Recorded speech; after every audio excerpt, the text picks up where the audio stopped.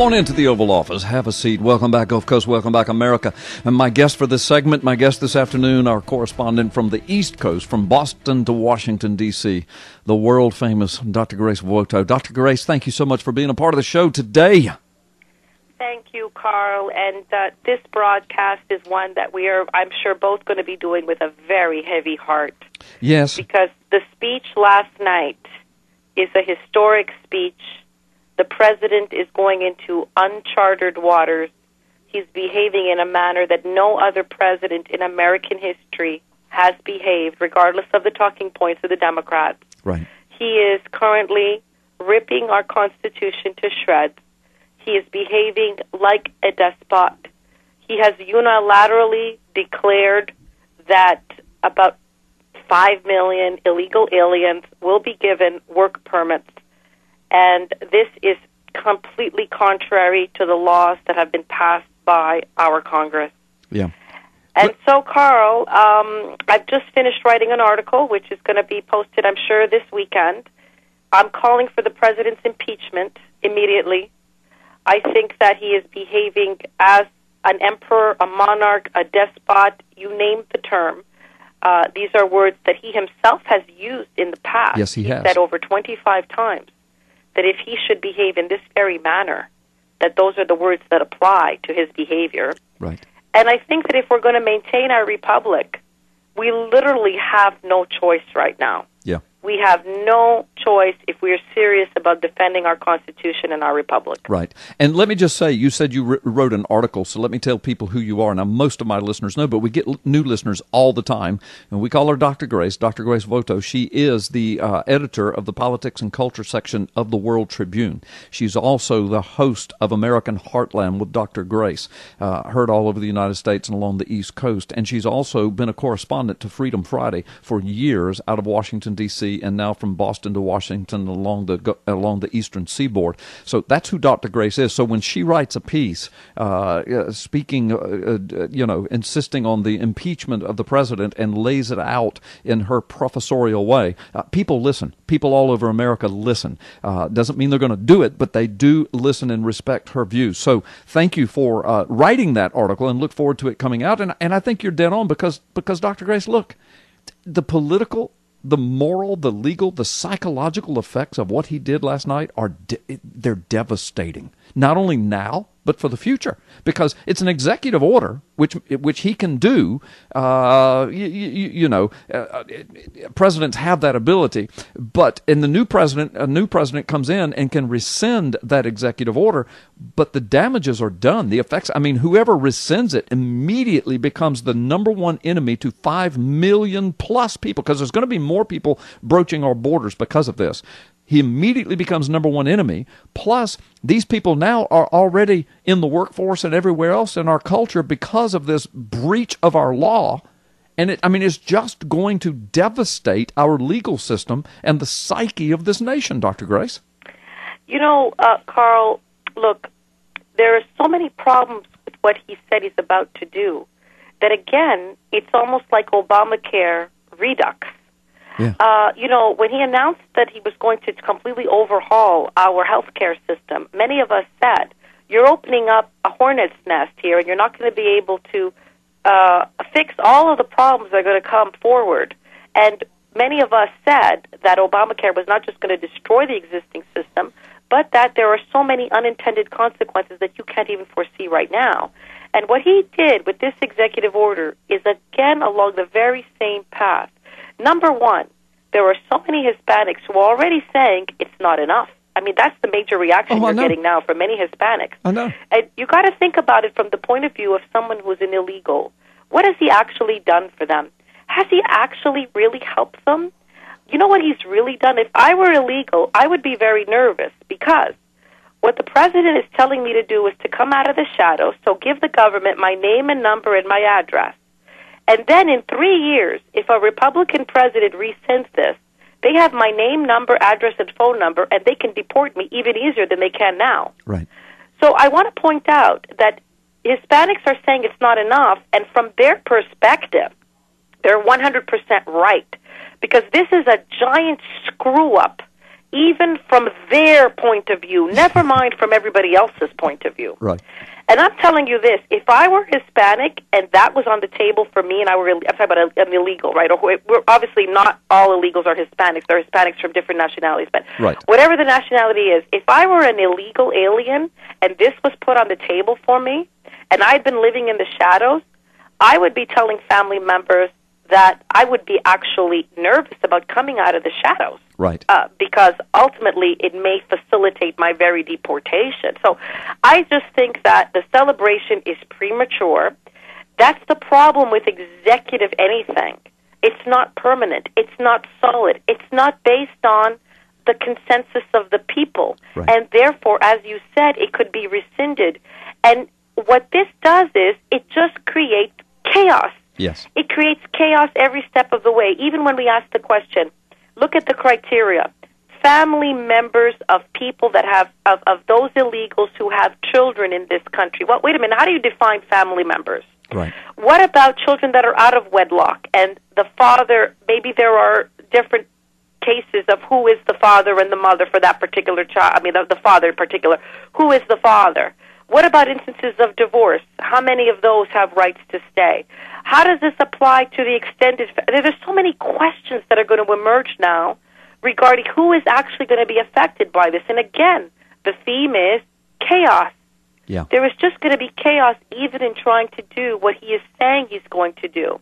And it's going to send a signal to all, the whole world, in fact, that if you want to come to the United States, just get in, and sooner or later, you're going to be given some kind of work permit or legal status. Right, right. Some kind of a free pass. And again, as you said, chaos, that's the word. And so this lawless one continues to create astounding devastation wherever he goes. And I'm using those words because those are words that VIPs all over the nation are using. And, governors and senators and representatives and mainstream media, talk radio hosts, using those words. The lawless one, the lawless administration, throwing truth to the ground, causing devastation and chaos wherever he goes.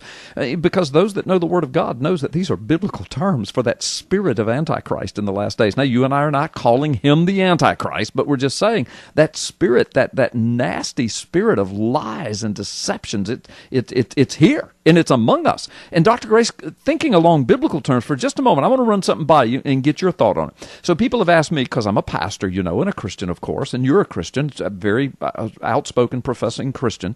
So we come from a biblical worldview, and people ask us, well, what are you Christians? What do you want? Just to bust everybody out here? What about the families? What about the children? What about the people? These are real people. What's the Christian response to this? Now, I can answer that, but here's a question I pose that gets people thinking. The Christian response, okay, so as a Christian, do I have a responsibility to feed and clothe the hungry and the naked? Of course. Do I do that? Yes. Do I personally do that? Does the church that I pastor do that? Yes, in a big way, all the time. For decades, we do that. We take that command very seriously. All right, do we treat immigrants and even illegal immigrants, do we treat them nasty and ugly? Of course not. I love people. So do we do these things? Yes. Should we do these things? Yes. On the other hand, Dr. Grace, I have a home. I have a family. Do I open up my home and say to the world outside of that home, listen, come on in, get what you want, do what you want, abuse us as you wish, take what you want, destroy what you want, live where you want, throw us out if you want to, come on in. I'm a Christian. Should I do that? You know, Carl, I have to say, I think it's even more basic than that, because I can tell you this, as a Christian myself, I love the nation that I inhabit extremely seriously. Thank you. And I don't want to ever violate the laws of our country, ever. And that's part of what I believe is I'm called to be a truthful person, not a deceitful person. Thank you. And one that is in good standing with the community. Therefore, I respect the laws of my country. And you have to understand, for every illegal person that we allow into the country, we're saying that person is taking up a place that would otherwise go to another one who is following the laws. So it's a false compassion. Yes. Because what about the compassion to those waiting in line who respected the laws of the country? Right. What about the compassion to them? In fact, I have more compassion for them than for those who simply took what doesn't belong to them. Right, exactly. And so my compassion goes to the righteous ones. Thank you. Not the illegal ones. Thank you. And I will feed and clothe them all the way to the back of the line. I mean, of course I'm not going to let little children go hungry or naked. Of course not. Or adults, for that matter. We will feed them and clothe them. But get in the back of the line. Do it legally, because a nation without borders is not a nation. And if America crumbles as a nation, then we will do no good to anyone. Yes, and then you've got to think about the true compassion. Look at what's going on. I mean, the trafficking of human beings all across Latin America to get to our borders because of this policy. This is not compassion. The deaths along the way, that's a human a catastrophe of the greatest scale. That's not true compassion either. Right. And again, I think that, this is the liberal calling card. They present evil policies with a gentle cloak, and they call it compassion, but it just masks evil acts, law-breaking, ill-doing, and unrighteous behavior. That's the liberal calling card. Right. So, but I have to say, Carl, apart from the merits of the case, which we can debate what do we do or not do with those who have poured forward into our border, we can debate that show after show after show. But what happened this week, what happened last night, it has nothing to do with the policy. President Obama could have said last night by executive diktat that he was giving us all a turkey for Thanksgiving, and I would say we have to impeach him. Right. What I'm saying is it doesn't matter what the actual policy is. The point is that the president right now has just broken the law. He's broken the Constitution.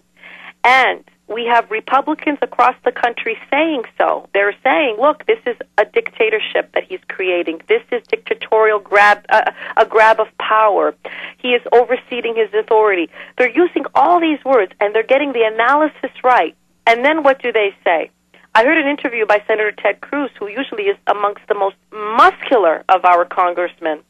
And he said all those things. The president is behaving like a dictator. And then he was asked on the Kelly file, well, what's the solution? And this is his solution. Two things. You block all of his nominees, and you use the power of the purse to defund some of his policies. No, you impeach him is what you do. You impeach him, because what are those two solutions that he's proposing? That's right. Just another word for gridlock, That's right. Carl. That's right. We've got to take a break, Dr. Grace. You're exactly right. Another word for more bureaucratic gridlock. And welcome back, Dr. Grace. So, Dr. Grace, my guest this afternoon, Dr. Grace, right before we went off the air, you were talking about the solution is not more bureaucratic gridlock, defunding and, and slapping him on the wrist and making, but the solution is impeachment. Why? Because not only did he break the law, but he thumbed his nose purposely at the Constitution. And not many months ago, he said, if I can't do that, I can't use executive authority, executive action to bring about degrees of amnesty because I'm not an emperor. And now he does it. He thumbed his nose at the law, which is even worse than breaking it. Absolutely. And this means that if we allow that precedent to be set, what stops him from saying, by executive fiat, I want to shut down all talk radio. By executive fiat, I want to arrest Carl Gallups and Dr. Grace Photo. I mean, no man is above the law, and that is what we fought the revolution for. That is why we deposed King George III. And, Carl, I got to say this. To me, the Republicans are going to turn themselves into a joke. If on the one hand they say he is violating his oath of office and behaving like a despot, and on the one hand they don't impeach him, because the only response that is commensurate to that ill act is to remove him from office. Right. And I have to say this. This is what we need to do. It's as clear as day to me that we must do it. We have to drop the articles of impeachment. We then have to go on a campaign to explain to the American people why we must impeach him. And we must convince African Americans to sever their alliance with this man and show them that he is acting contrary to their best interest. And as it turns out, on this issue, they're very mad at him. I know. They do not want amnesty for these illegals. And we have an opportunity to break that alliance. And once we do that, we are going to be able to pass, we're going to be able to impeach him in the House. And then it goes to the Senate. And what happens in the Senate?